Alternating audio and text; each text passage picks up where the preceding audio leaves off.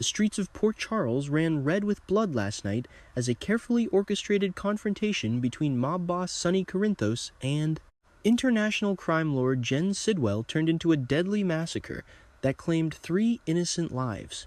In a shocking revelation, FBI Director Ross Cullum has been exposed as the puppet master behind the violent showdown, using the clash between 2 criminal empires to advance his own agenda of eliminating organized crime from Port Charles once and for all.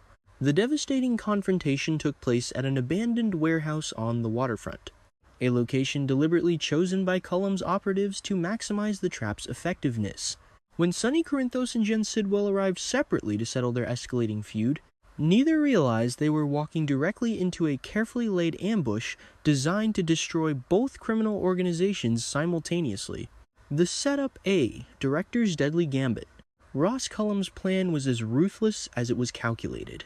4 weeks. The FBI director had been monitoring the increasing tension between Sonny's Port Charles organization and Sidwell's international crime syndicate.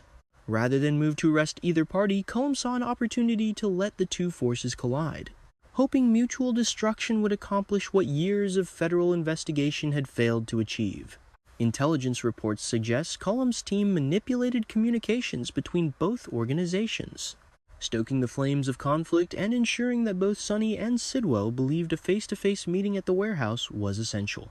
The isolated location surrounded by federal surveillance equipment was meant to serve as both killing floor and evidence collection site, a place where Cullum could watch his enemies destroy each other while federal cameras captured every moment for prosecution. But the director's plan went catastrophically wrong. The warehouse confrontation when enemies meet. As darkness fell over the Port Charles waterfront, Sonny Corinthos arrived at the abandoned warehouse with his most trusted soldiers.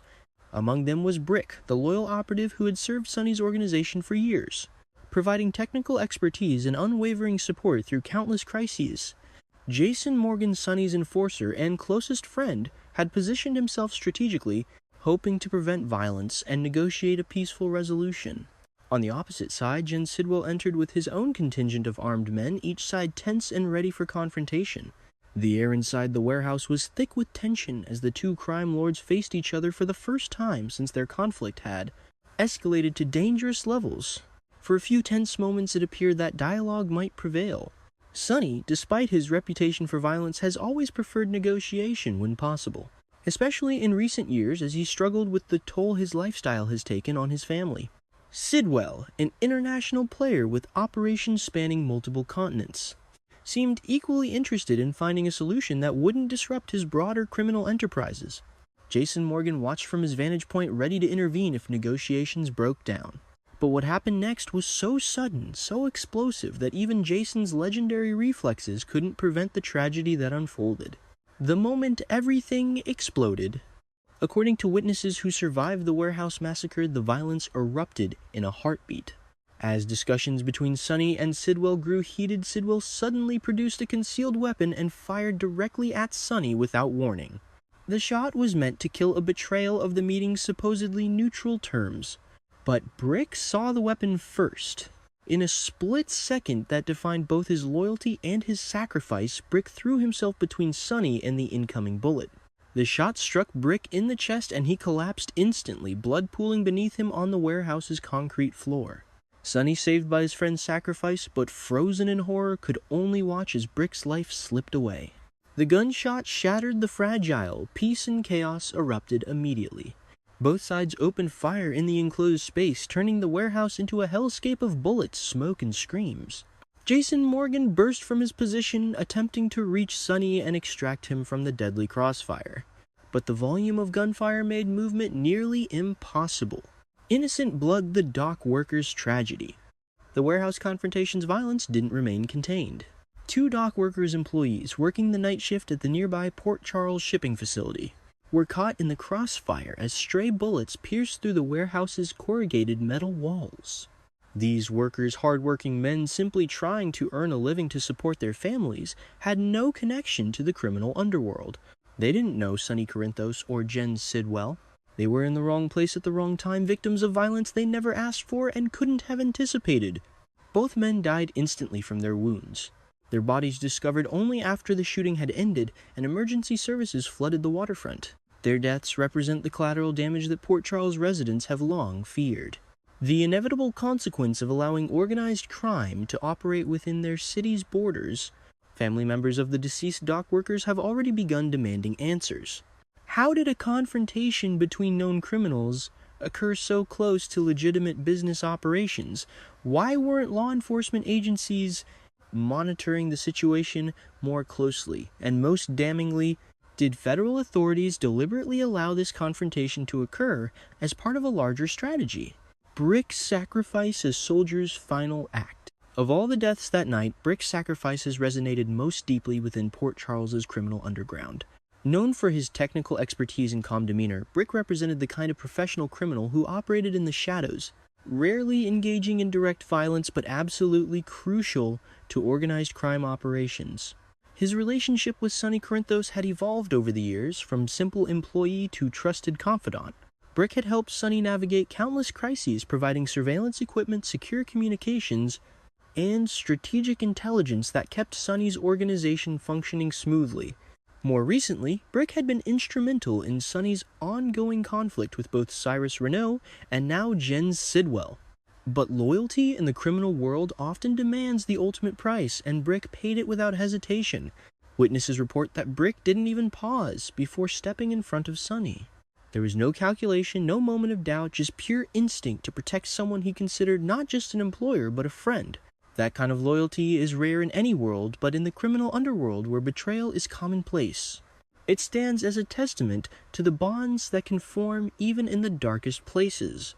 Sonny's reaction to Brick's death was immediate and visceral.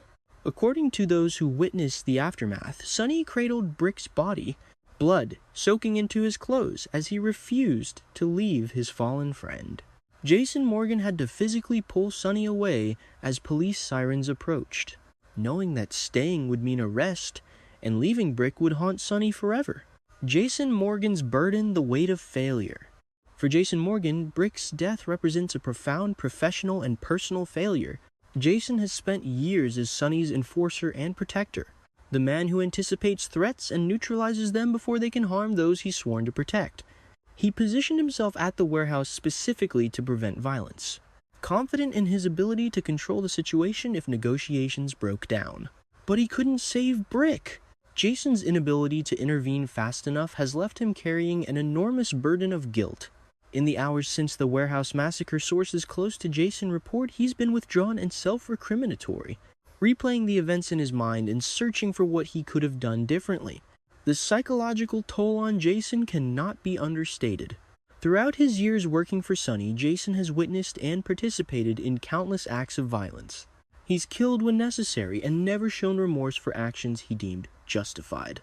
But Brick wasn't just another soldier, he was a friend, a colleague who shared Jason's commitment to protecting Sonny and maintaining order within their organization. Jason's guilt is compounded by the knowledge that he brought Brick into this situation.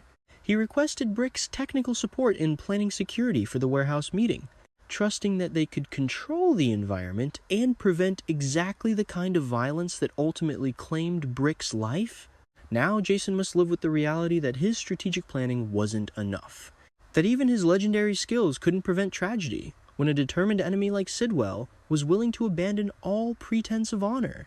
Sonny's response: Port Charles under siege.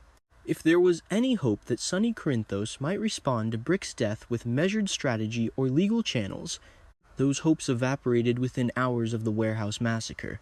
Sonny's grief has transformed into white-hot rage, and he's mobilized his entire organization for one purpose: finding and destroying Jens Sidwell. Within hours of Brick's death, Sonny issued orders that have effectively placed Port Charles under informal martial law. Every business owned by Sonny's organization, from coffee shops to shipping companies, has been commandeered as checkpoints and surveillance and stations. Sonny's soldiers have flooded the streets, questioning anyone who might have information about Sidwell's whereabouts and making it clear that cooperation is not optional. The docks where Brick and the two workers died have been completely shut down by Sonny's people, who've moved in with such force that even the Port Charles Police Department has struggled to maintain control. Shipping operations have ground to a halt as Sonny's men search every container, every warehouse, and every vessel that might provide Sidwell with an escape route.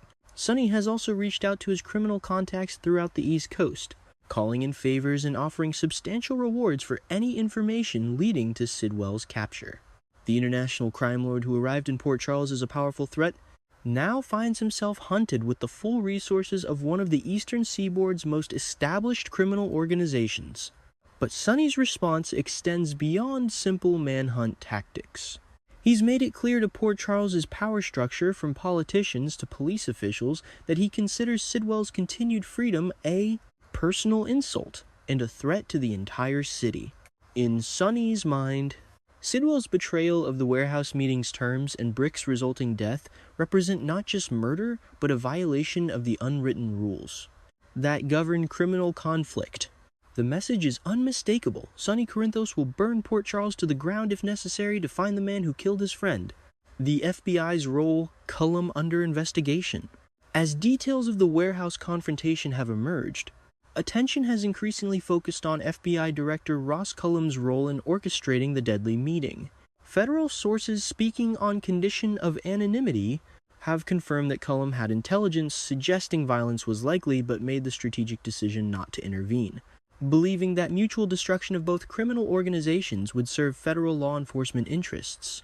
That calculation has proven catastrophically wrong, and now Cullum faces potential professional and criminal consequences.